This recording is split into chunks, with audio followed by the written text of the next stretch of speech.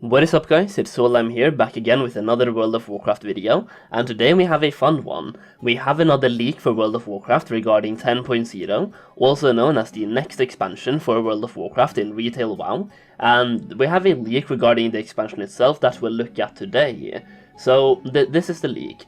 A disgruntled senior level designer at Blizzard who recently resigned and is in my guild mentioned this during one of our raid nights last week to myself and two other officers. Their identity is known to us, so we know from their LinkedIn that they, until recently, worked on World of Warcraft. The expansion will be unveiled in the first half of March on a YouTube livestream, and patch 9.2 is set to release at the end of February. 9.2 also has multiple cinematics. The final one will be available in week 2 with the jailer, and the expansion is revealed 2 days later, the following Thursday. So according to this leak, the expansion's name is Rise of the Aspect, and there's one new continent called the Dragon Isles. So basically, for all of you Dragon Isle followers out there, this is that expansion. It's the Dragon Isles called Rise of the Aspects. We started hearing a lot about Rise of the Aspects or the Dragon Isles like a month ago in December, when Blizzard released the Dragon Pack Blizzard Shop bundle. Basically, you could save up to 60% on select mounts and pets in a bundle on the in-game shop for Blizzard, and it was a huge pack, also called the Dragon Pack, which basically included mounts and pets, all that were dragons. So the Dragon Pack DLC, or like a shop that you could buy dragon mounts and dragon pets in December, and people thought this was hinting towards a Dragon Isles expansion coming up, and this leak is probably derived from that, so they're building further on upon that topic. So the pack itself basically consisted of the Silverian Dreamer, the Enchanted Fey Dragon, Steam Scale Incinerator, Iron Skyreaver, Heart of the Aspect, and Blinky, a new pet, as well as Soul of the Aspect. Now, going back to the leak itself, it has 5 new continents, the Dragon Isles, 5 zones thematic to the different aspects. The main story in each zones are their return to power, the dragons' return to power.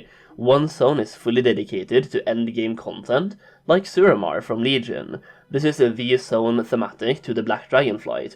Rathian is a central character here, and this is also the location of Deathwing's corruption, which the story will dive into.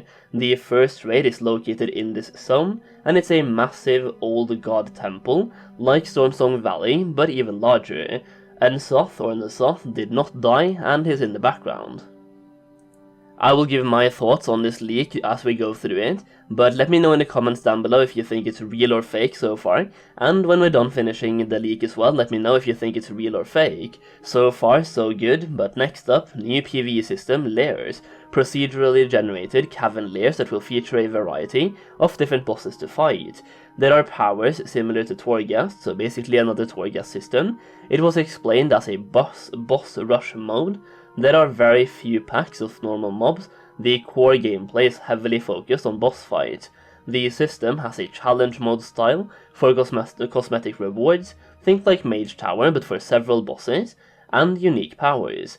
This actually sounds really cool, especially if you have like cosmetic rewards as well, and not just have it as a power, kind of like a power gain like we have in Shadowlands, but add like cosmetic rewards as well, so Mage Tower 2.0, but for this expansion.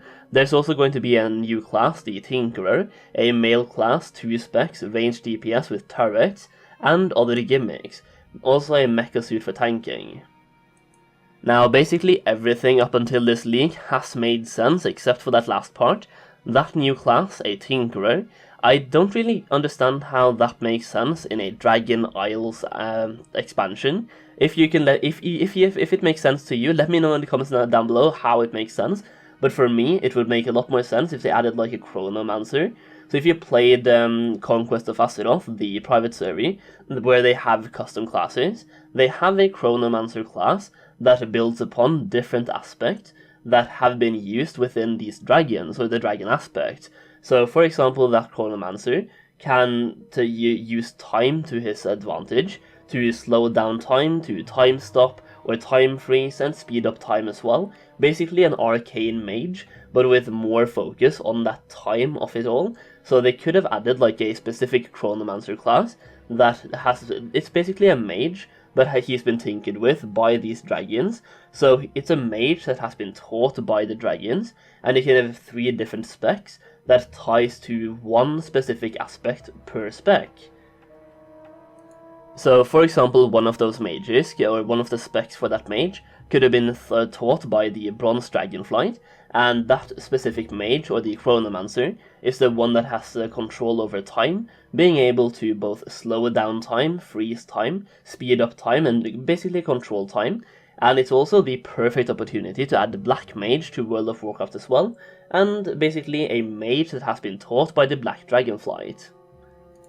Enough about that though, let's continue with the leak. So for the leak itself, we have a couple of key points. Level cap has been increased to level 70, this one makes sense. All time walking zones become 1 to 60. Shadowlands is added to Chromie, also makes sense I guess.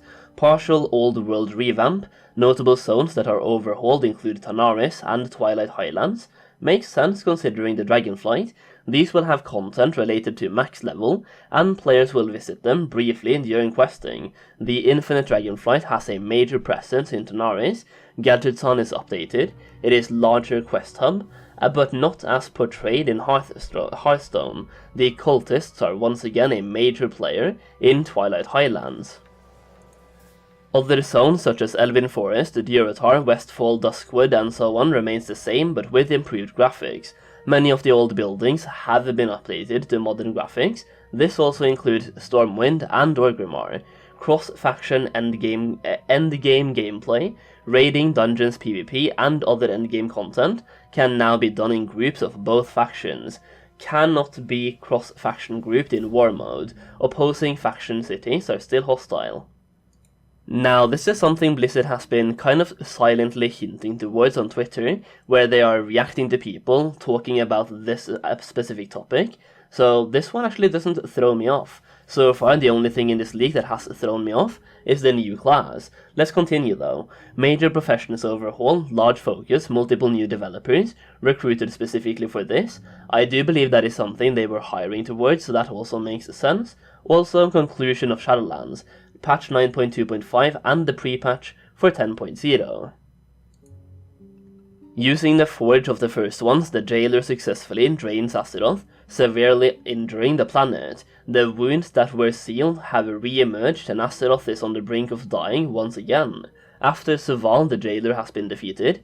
The first ones appear in the cinematic, resetting Suval to his original, deactivated form. He is not dead and he will return in the future.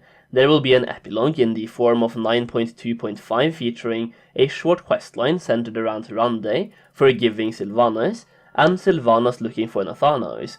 The patch will also include minor quality of life additions and time walking for BFA dungeons, which nobody really likes but still, and the battle for the Diasalorade, I don't know. I completely butchered that one. Battle for the Salor, yeah, sure.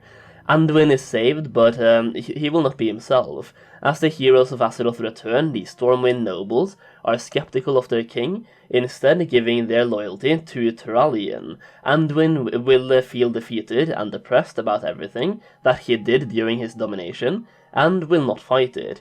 Gen Greymane and Matthias Shaw is acting on Anduin's behalf to restore him to the throne. Tension. Wow, I suck at English. Tension in the Alliance is growing. The Scarlet Crusade is significantly growing in power in the background. Turalien plays a big part in this. The creator of the leak also added that this is all I managed to get the notes for. Everything was happening quickly, and we were not warned that they were going to spill the beans. Believe it if you will, the reveal is just 2 months away. Personally, everything here makes perfect sense. The only thing that doesn't really make sense to me is the new class, the Tinkerer class. I would much rather want to see like a mage class, the Chronomancer as I said. It just feels like the perfect opportunity to bring in the Chronomancer, based on the Bronze Dragonflight, and also the Black Mage talent as well for that Chronomancer. So basically, like, give us a mage type of class with 2 specs, one being a Chronomancer spec, and one being a Black Mage spec. It just feels like the perfect opportunity, and to me it makes next to no sense to have a Tinkerer class.